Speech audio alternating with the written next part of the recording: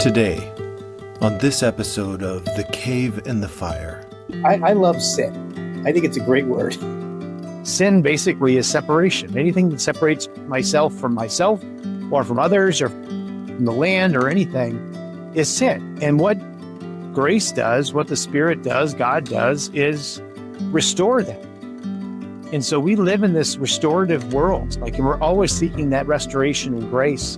I get to spend time with T. Michael Rock as we touch on cultural divides which separate, and his heart for building bridges between people groups and also integrating within ourselves, where the poison of separation also erodes our humanity. I tried the masculine approach, like the violent, hyper, sporty kind of thing, and it didn't work for me. I mean, I felt really sad, and it was probably the most depressed I ever was in my life, because it separated me from myself and from the earth and from other people on the planet.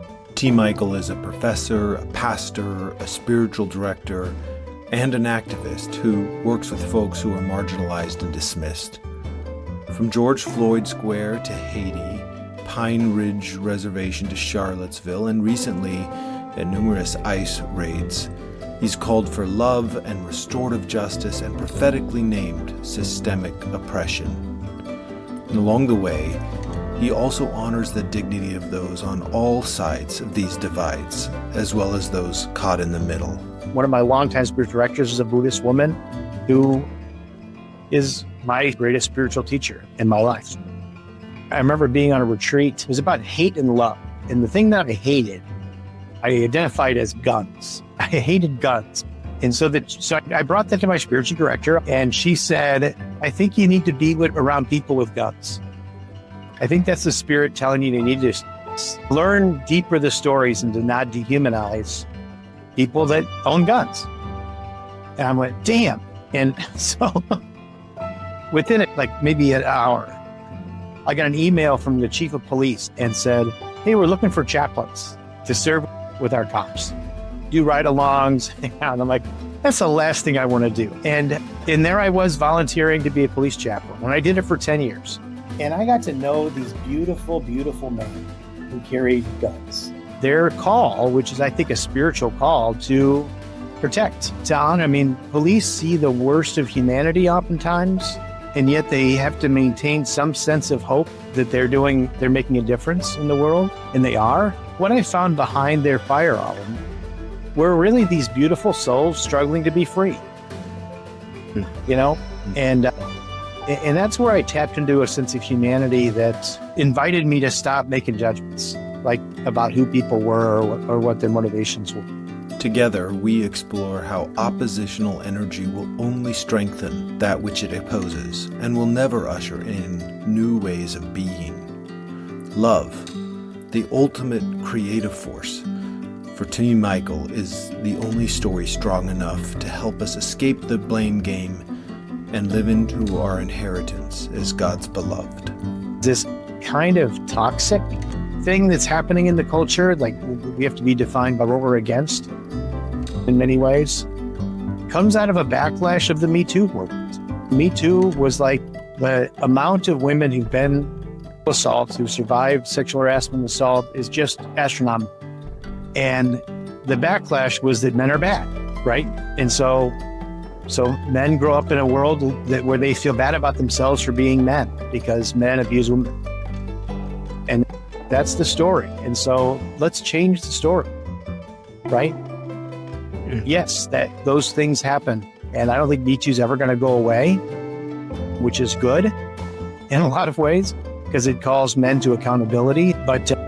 But hating other people and not liking yourself will only repeat that same cycle. And so I think that sacred masculine piece is about loving yourself, and that you are loved, lovable, and loving. What I try to do with young men is if you can find a way to love yourself, your whole self, you will be on a journey of integration. And if you define yourself by what you're against or what you don't like or hate, you're going to continue being separated and very unhappy. Join us for the entire conversation on this episode of The Cave and the Fire. Well, today I am joined by T. Michael Rock from the Twin Cities in Minnesota. T. Michael is a father. He's a son. He's a leader. He's a pastor. He's a community builder.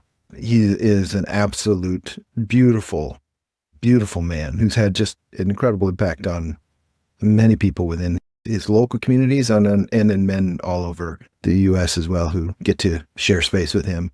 Thank you, T. Michael, for hanging out a little bit with us today. It's a pleasure to be here, Ned. It's just, there's not a lot you can ask for I wouldn't say yes to, so it's just a really joy to be in your presence.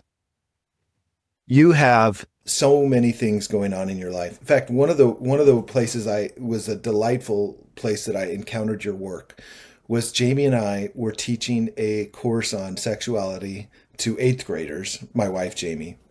And we taught it a couple times and we used a curriculum. And one time I looked at the curriculum and lo and behold, you were one of the authors of the curriculum. I was like, get out of town. This man does everything. And so in the midst of so many things that you can be doing with your time, Illuman is a place that you've given deeply. And I'd be curious just to know a little more about that. Like, why have you done that? And maybe even starting with what it did for you, what the community of Illuman has been for you. And then maybe we could talk a little bit about why you've chosen to continue to give deeply in the midst of this community. Yeah. So, my experience, and it's funny you talk about the sexuality curriculum. I did a lot of training over the years, and most of the times when I was off of my regular day job, which was as a pastor, I was off training other people and doing other things and leading retreats and all kinds of stuff. And I rarely took the time to tend to my own soul. And one of the things Illuman has done for me, it has become a spiritual community. It's a place for me to show up with my authenticity and vulnerability and openness. And I can share in that space and worship in that space. And it's not a formal, faith-centered worship thing, but it is community in its best sense of the word. And I've been finding that ever since I did my rites, a sense of community where I am one in a number of people. And I like that experience. In an early age, I was kind of asked to be a leader in different things. And that's part of being a clergy person too, is you're just leading all the time. And in Illuman, I get to participate. And even in the leadership roles I sometimes have, they're always like finite. Like I'll be a leader for this moment and then I let go of it. We're not like I'm not anything more special than anybody else in the room. And that has been such a healing journey gift for me, is this shared sense of being on the journey together and being equals with a bunch of beautiful broken men. What was going on in your life when you first stepped into Illuman? Like, I don't know what year that would have been for you, but. Yeah, sure. It was 2009. And the story in my life is that there's a national setting meeting of my denomination every year, the same weekend as the MROP in Minnesota. And I had thought about going a couple of times, but I always had commitments. That week was busy. And in 2009, I was registered and had a hotel and everything, travel for going to that national meeting, which is, several thousand people. And something in me said, a big group of affirmation and pats on the back and blah, blah, blah was not what I needed. I needed to go into a different setting, an uncomfortable setting. And I really felt a call.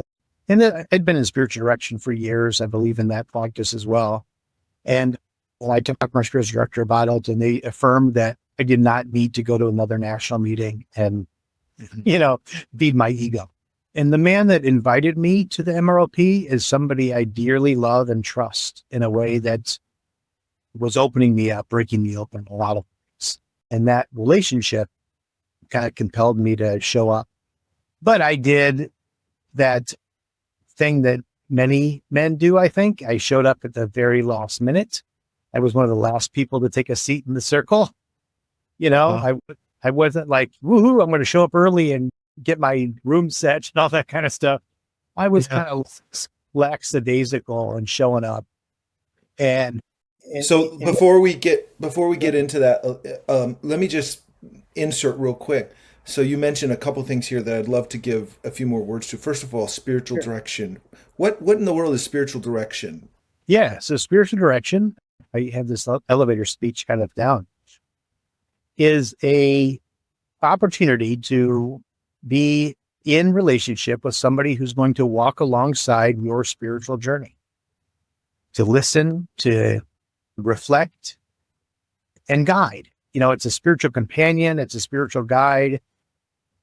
And I've had several spiritual directors over the years, and I've been trained as one as well. So I do that for others.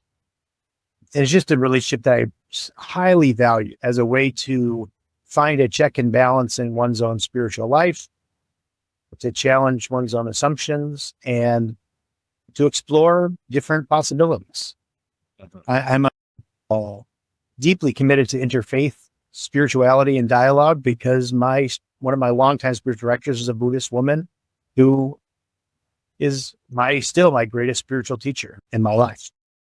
And to learn more from her than any other Christian minister is humbling for me as a minister, right? And so I really value that relationship. So that's where I often check things out before I, leap.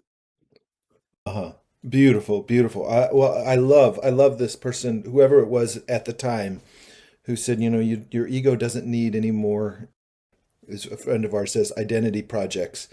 Yeah. And so why don't you go to a place where maybe your identity can get teased apart? So the next thing you mentioned was MROP. The MROP stands for the Men's Rites of Passage. It's this seminal event started by Father Richard Rohr, a Franciscan of all people, way back in the kind of the mid to late 90s. And it's now been held in, 10 different countries. I know maybe over 10,000 men have gone through this event. What happened for you while you were at the Men's Rites of Passage? Sure. I mean, I get in my own way all the time, Ned. Just part of, the joy and sorrow of being me. And I had done men's work. I mean, I thought I knew what that was about. Like early part of my ministry was all around being with and honoring the traumatic stories of men in recovery. And recovery, not just of addiction, but also sexual assault. And that was just powerful, formative experience for me to be in those male spaces. And then I had, immersed myself in the Center for Creation Spirituality with Matthew Fox, and, done some of that hidden spirituality of men work with another group of men. I was there to kind of learn more, not to kind of have my own personal experience. I think the man I talked about, who I really did love and invited me to the Men's Rite of Passage, I respected, but he didn't give me a lot of information on what it was about, right? So, which is, I think, appropriate. So I went into it as another learning opportunity. Like, I'm going to learn some new skills. I'm going to take those and transfer them to my other ministry settings, and I can evaluate the leaders and all that kind of stuff. And I didn't know enough about them to know anything else. And I was confronted with just big swaths of silence and personal invitation to journal and create. I was confronted by a small group of men that got honest with each other very quickly. And that was interesting, these strangers.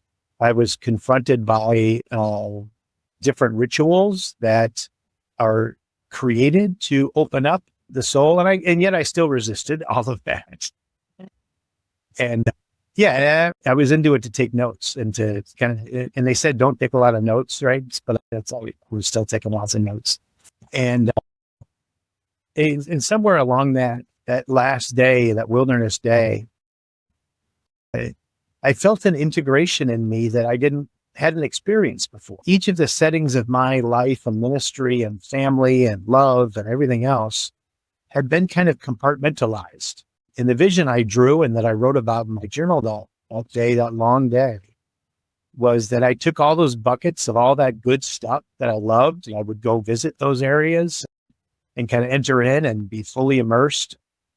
But then I would rinse off and go to the other bucket, and it was true of like my home life and my church life and my friend life. They just seemed to be very simple. And I threw them all into one big pool and I swam around in this integrated soup. And somehow that rites or that experience of the rites invited me to integrate kind of my whole being, and something I had never thought about before or tried to do. That was my learning. I was compelled by it. I shared it with people afterwards, a very small number of folks, but I stayed with a small group after I got back. And I stayed, as we processed what all that meant. And that made a huge difference because it felt like I was back in that small group experience on my MLP. But the real change in me, I think, happened the following year when we did what we called it affirming, which is the fifth rite. It was another retreat of Illuman men. And it was just a deepening experience that this is something that, again, I felt like I was in a worshiping community that I hadn't felt like I was in instead of leading, that I really wanted to be part of.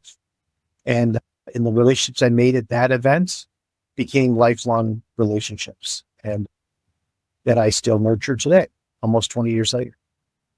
So that's where it kind of solidified, was kind of returning. I've done a lot of work, like with people in other parts of the world around spirituality and health and all kinds of different things. But I remember being in Haiti, going to Haiti several times in the early 2000s. And one of the things that the young people in Haiti would say that, because I'll ask them, why are you like so attentive to our group and hanging on with us and helping us interpret and do all this stuff? And they said, because you come back. Most people come once, but you return over and over again. And they had given their lives to us because we had given our lives to them. And I felt in Illuman that one of those integration pieces was if I kept showing up, it would matter. It would matter to the other men, and it certainly mattered to me when other brothers showed up for me. Yeah. And so showing up in a council circle, showing up at an MROP, showing up at anything. If you do it more than once, it makes an imprint. And so that lesson stayed with me from those incredibly amazing men in Haiti that first taught me that lesson,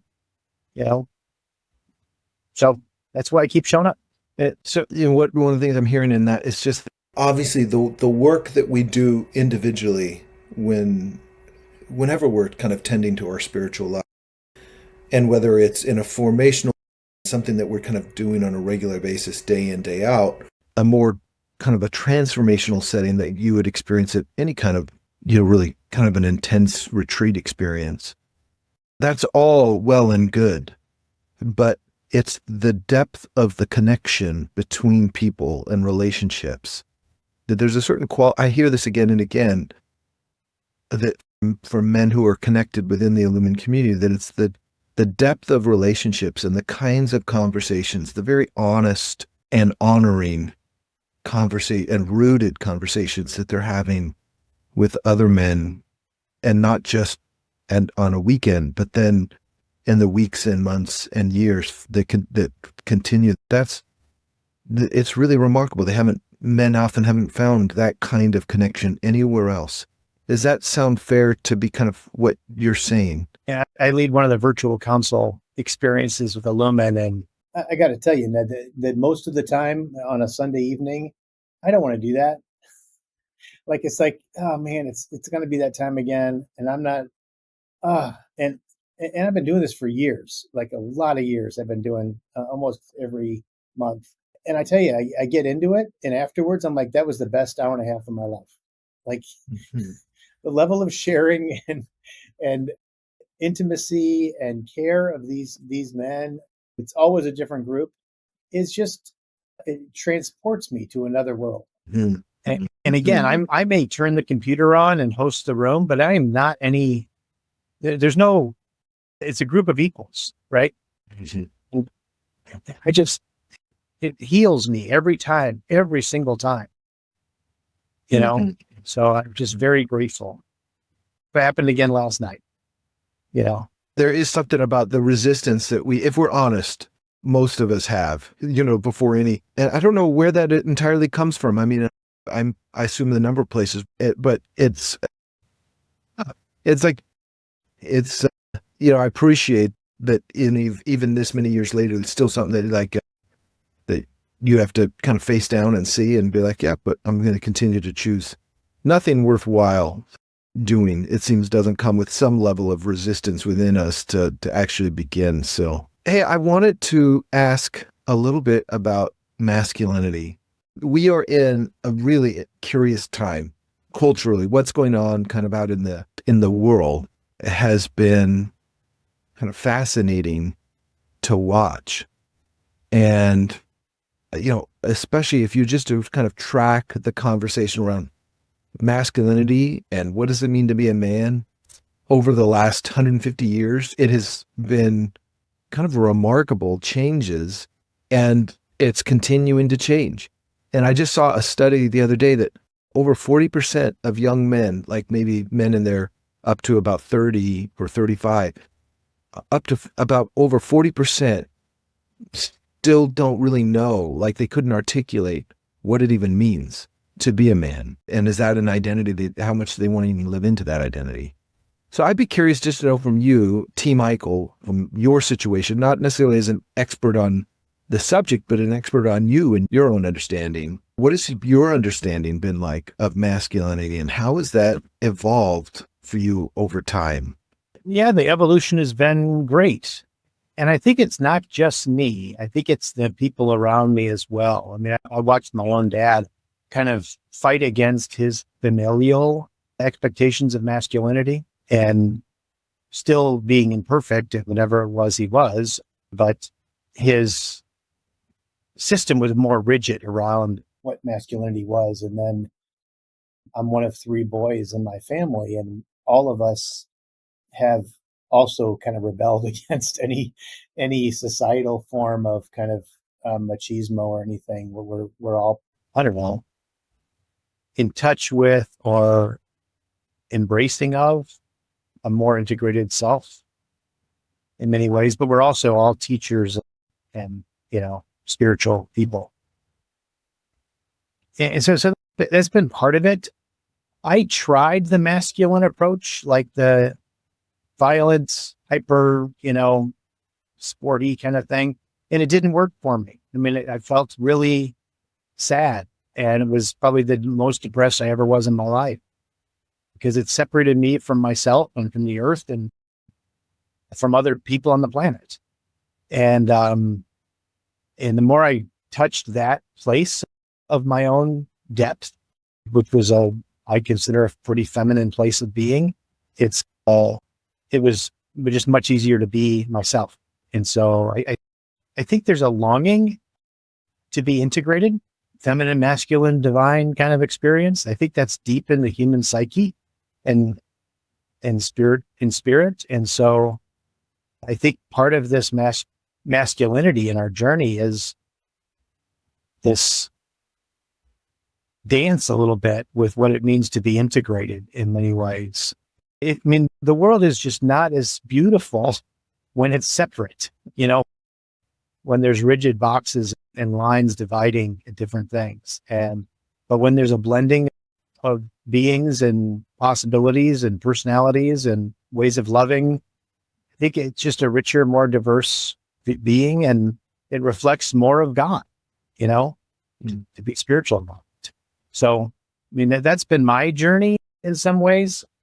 And a lot of it is in reaction to, like I said, early in my training and ministry stuff, I was just around a lot of people who were wounded, sexual assault survivors and addiction survivors.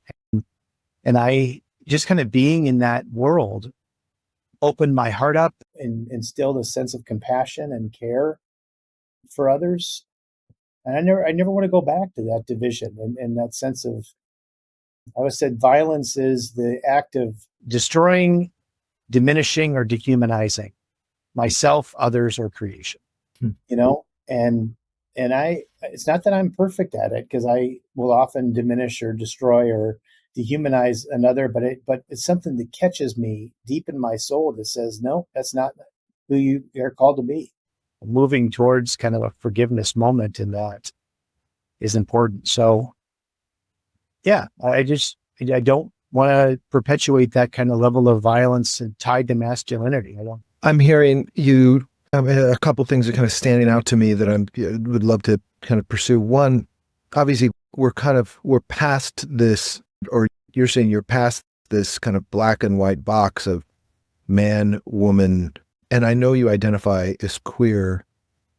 And that, by the way, that you don't have to identify as queer to be beyond kind of the dualism of the black and whiteness of masculine and feminine. There's a sense that even if you're, obviously no matter who you are, and we all have the masculine and feminine within us. These are energies that are inherent to every human being. But first of all, I am curious for you as a queer man, if there's any words for how that has particularly been shaped by this conversation, or how would you put words to that? Sure. I mean, I just think there's lots of ways to love other folks. And the whole sexual orientation piece is based on a very small part of our human existence, which is attraction, and some of it's, then becomes behavior or relationship and that kind of stuff. But this idea of attraction is, part of my makeup, I think, since I was a tiny little kid, is that I'm attracted to people. Like being in relationship, learning how to love people and being safe with others. And, probably my parents didn't appreciate this, but I had lots of moms and lots of dads. If there was a kind person, I called them my relative. Before I knew that was a part of the indigenous tradition. It was part of, kind of my makeup as a kid wandering my neighborhood. And so that level of love. And then when I, got to educated worlds and, learned about Kinsey scales and that kind of thing, that very few people lived in the completely hetero or completely homosexual realms of being and attraction. Like, well, that makes perfect sense. I've never felt in one of those boxes. And so that's been just an affirming identity for myself for a lot of years, decades, just because it tells more truth about all the ways I can be in loving relationships with people. And they'll have good boundaries. I mean, that's my commitment in the world, as I'm responsible to those boundaries and relationships I carry, that they maintain, integrity. And so that's part of it. But yeah, I think there's, and once you kind of take on the queer identity in whatever way or form, then everybody kind of becomes queer to you. Like I just kind of assume everybody's a little bit queer, and then they have to like prove to me, no, I'm really, really heterosexual. Like, okay, what's that about? Yeah, I just think it's more fun to live in that freedom. And I'm about having fun. And not having to be so tied to any one thing that, again, separates me from other parts of creation. So another thing that you said a couple of minutes ago is you were talking about kind of the violence that is associated with masculinity. And Lord knows that's so true. Masculinity, kind of in its wounded parts, and certainly in this culture, there's a history of violence. And it's not history, it's present as well. And there's probably other things that we could say are classic, kind of these classic things where when masculinity is not integrated or not kind of thriving and healthy and generative, where it can go to. But part of me still really believes that beneath that, if we kind of just scrape that away and make room for like some green shoots, some maybe not fresh expressions of masculinity, but an inherent healthy masculinity that was always there if it hadn't been gone slant because of maybe, just past traumas. But I kind of wonder if there's places you could point to where the masculine, you'd say, these are places of real blessing of your experience of the masculine that is not the violent, not the kind of hypermasculinity, the machismo, but really generative aspects of what it means to be masculine, or to have that energy within you. We so focus on the negative. I'm curious to know, what would you point to about some of the beauty of the masculine as you've experienced it or seen it? Sure. Yeah. I mean, I'll talk about my dad a little bit and say that, yeah, I watched him embrace, I think, a lot of goodness, beauty along the way that allowed some openings to what masculinity was for me. I had a beautiful grandfather experience who held my hand on long walks when I was a kid. And that was an intimacy that I still, I can close my eyes and picture my little hand in his big hand, and that's kind of I think a real positive aspect to the grandfather wisdom. He also introduced me to trees and nature in a way that I think is a powerful tool. I know a lot of men do that for each other, is to gather in nature settings and learn about this environment, to learn what wild plants grow and where medicine comes from. I think that's a big healing part of masculinity. I would say, that I'm a work in progress. I continue to challenge myself in weird ways. I remember being on a retreat, a spiritual retreat, and the retreat leader was challenging us with things that it was about hate and love. And the thing that I hated in that retreat was I identified as guns. I hated guns because they just separated people from their love. And I had no use for that sense of power, kind of thing. And so I brought that to my spiritual director. I'll bring that up again because it was powerful. And she said, I think you need to be around people with guns. I think that's the spirit telling you need to start hanging out with people and learn deeper the stories and to not dehumanize people that own guns. And I went, damn. And so I would say within a day, it was like maybe an hour, I got an email from the chief of police in the town I was serving and said, hey, we're looking for chaplains to serve with our cops.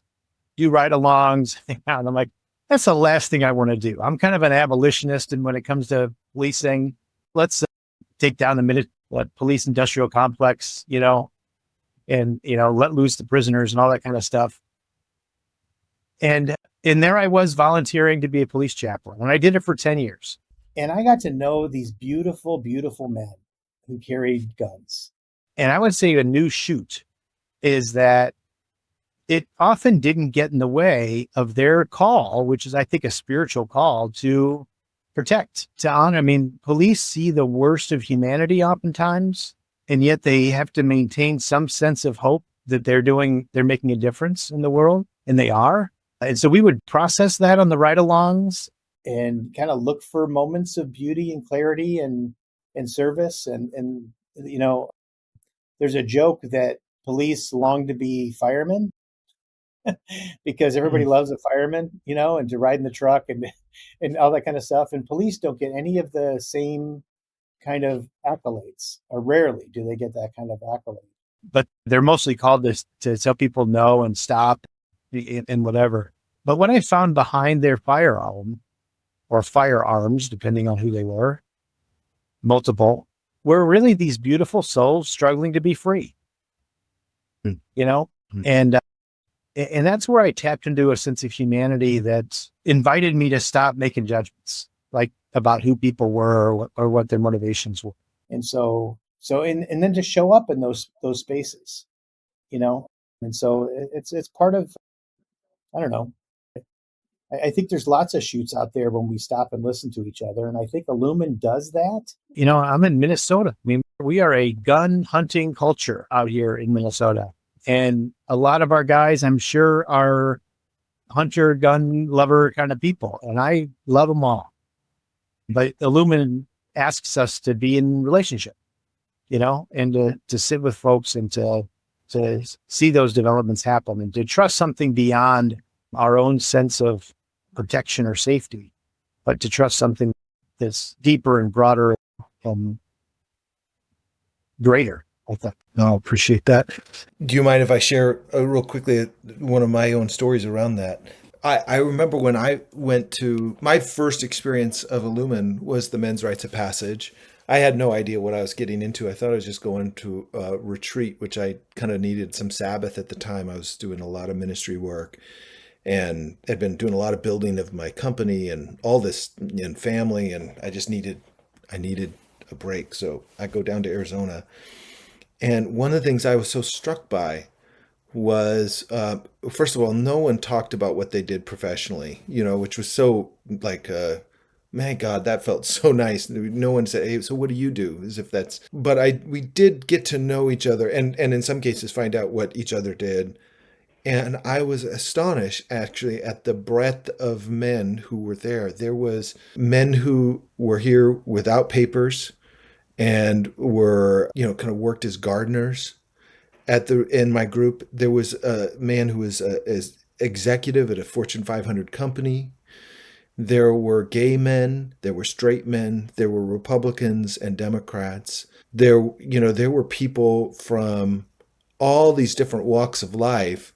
And we were having conversation. I knew that back in kind of the quote unquote real world, these men would largely not even cross each other's paths. And if they did, they would usually walk by each other. They wouldn't sit down and have these heartfelt, deep conversations. And here, all these men were from all different walks of life, gun lovers and people who were, who were trying to disarm society, as it were. There's just everyone was there. And yet, what I saw was similar to your experiences, that we were all I would say we were falling in love with the beauty in each other, and going, man, this is remarkable, and it changed how I looked at anyone ever again, because it just goes, you know what, like if I took the time to get to know this person, I know there's something about them that I would find delightful and admire and beautiful. And the presence of the friend is in them. And that's a different set of lenses to walk through the world with. When we do that, somehow the world becomes enchanted again, And that's one of the reasons I continue to love being in this community of Illuman, is I continue to encounter other men like that. So there's a lot of young men trying to figure this out. What does it mean to be masculine? And there's a lot of voices out there. I wonder if there's any wisdom you would offer to young men trying to navigate masculinity in today's world. And even, and maybe as part of that too, just this term gets thrown around. I hear of the sacred masculine. And if you've worked with some of Matthew Fox's work around the hidden, I'm curious just to know if you would add that in, like, how does that fit in and what even is that? I think it's an idea. I think the depth in what I try to do with young men is, if you can find a way to love yourself, your whole self, you will be on a journey of integration. And if you define yourself by what you're against or what you don't like or hate, you're going to continue being separated and very unhappy. And so I think that sacred masculine piece is about loving yourself, and that you are loved, lovable, and loving, as the wise folks say. And then that's a commitment. It takes practice. Not all of our parental units are teaching how to be loved, lovable, and loving. Some are, but that's the reclamation, I think, of this journey is, really, really finding, being at peace with yourself when you're alone. When you're in a crowd, when you're with strangers, when you're with friends, that's a level of understanding that I think you can show up fully as a man in those situations. Deepen your masculinity if you feel safe in your own skin. And I think part of the piece you're alluding to, Ned, I think anyway, is this kind of toxic thing that's happening in the culture. Like we have to be defined by what we're against in many ways. Comes out of a backlash of the Me Too movement. Me Too was like the amount of women who've been assaults, who survived sexual harassment and assault is just astronomical. It's at least half of all women have experienced this. And the backlash was that men are bad, right? And so men grow up in a world where they feel bad about themselves for being men because men abuse women. And that's the story. And so let's change the story, right? Yes, that those things happen. And women are finding that sense of solidarity in their stories. And I don't think Me Too's ever going to go away, which is good in a lot of ways, because it calls men to accountability and their own tasks. But hating other people and not liking yourself will only repeat that same cycle. So yeah, I want men, young men especially, to like love this body, love the one they're in. And they're more, I think men who love themselves are less likely to harm other people or themselves, Yeah. And so I think that's a big thing that we are a part of in Illuman, is to help guys on that journey. Yeah. Beautiful. Bell Hooks, the noted author and feminist thinker, was so beautiful in the way, she emphasized this point. And in one of her kind of seminal works on masculinity, she criticized many within the feminist movement for this. And it's kind of an understandable anger. I mean, absolutely understandable anger against men for all the harm that's come at the hands of men. Mm-hmm. But she said, if we want to create loving men, we have to love men. Mm-hmm. And that's it. I think that's the men in Illuman who are up in the Northwest. They have this mantra that they say. They've kind of made it their mission. They say that we are awakening men. We're awakening men to their belovedness.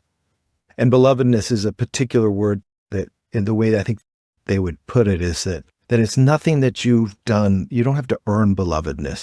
There's nothing, it's an inherent identity of who you are, that you're beloved. There's nothing you could do that would add to your belovedness.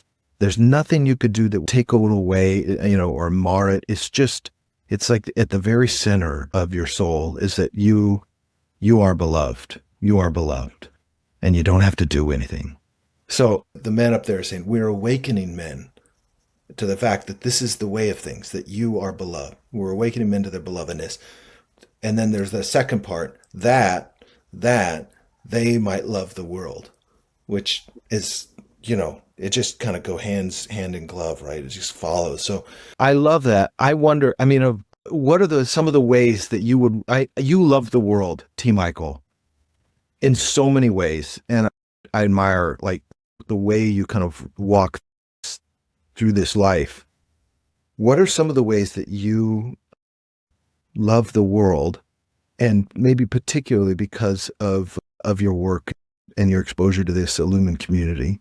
Love the world partly because it loves me, right? You go out into nature, into beauty, and you receive that. That's very similar. The words we're using a lot here in Illuman in Minnesota is love, lovable, and loving. Like that's this idea. If we can understand, and that love is that belovedness, and loving is that we're going to love the world and each other. But lovable is this ongoing thing. Like, okay, I'm going to make mistakes and I'm still going to be lovable. Mm-hmm. I can be lovable to men, to women, to non-binary folks, whatever it is, right? I can just be lovable. And that's also approachable and careful of those good boundaries and everything else. And so I think I try to show up in the world in that way that is kind of the wraparound of love. In different communities and cultures, I love the bow in the Eastern tradition. There's just, I greet the sacredness in you and you greet the sacredness in me, namaste kind of thing. That sense of, I love you. I'm experiencing this right now, and I offer a deep bow. And and there's a lot of traditions that do that work of bow, in native indigenous worlds that I'm a part of. Once you look someone in the eye, your spirit is in their spirit. You can't ever change that. You've already given away your sight, right? And taken on somebody else's. And now we mirror each other for the rest of our lives, And so, and it's the approach you have with animals, right? You share in this contact, this eye contact, this touch, this lovability, and then you're safe, whether it's a small animal or a large animal, you're somehow safer when you've, created that connection. Mhm. And so, yeah, I think that's just an important piece of life is to, Again, so can I get theological, a little Yeah, bit? absolutely. Yeah.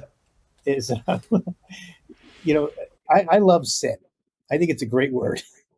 some people don't like talking about sin, but I think the theologians and scholars have said sin basically is separation. Anything that separates myself or from others or from the land or anything is sin. And so we recognize that happens.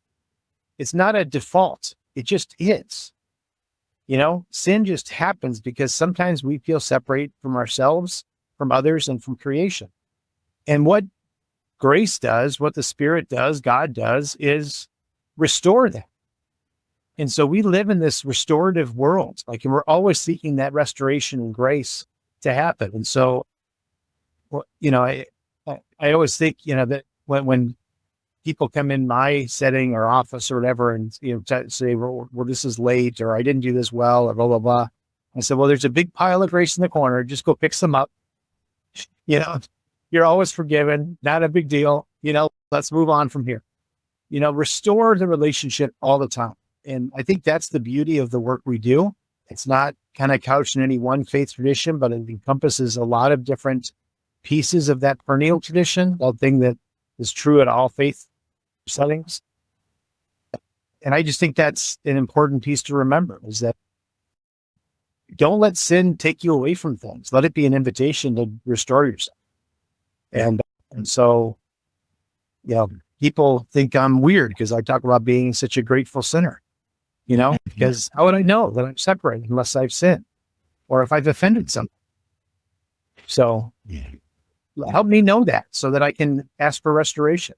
Because I'm bound to be imperfect. I'm not in this life to get everything right. I'm in this life to live in the cycle of restorative justice. So that's what I'm about. That's what I want to do. Well, beautiful, beautiful. Hey, T. Michael, thank you so much for taking some time with us today. Thank you for the way you continue to teach so many people around us, around you, including me, what it means to be a healthy, generative man in today's world.